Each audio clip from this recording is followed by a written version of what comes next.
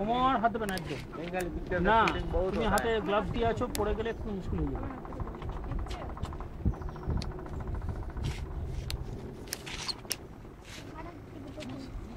ছবি তুলতে হবে ছোট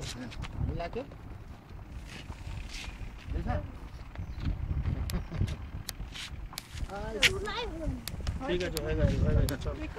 এখানে অন্ধকার লাগছে তো তখন ঠিক আছে। ওটা পরিষ্কার ছবি আসবে, এটা আলোর জন্য আমরা দেখতে পাচ্ছি না স্ক্রিনটাতে, আলোতে চোখে রিফ্লেক্ট হচ্ছে না। আসলে ছবি দারুণ আছে এগুলো।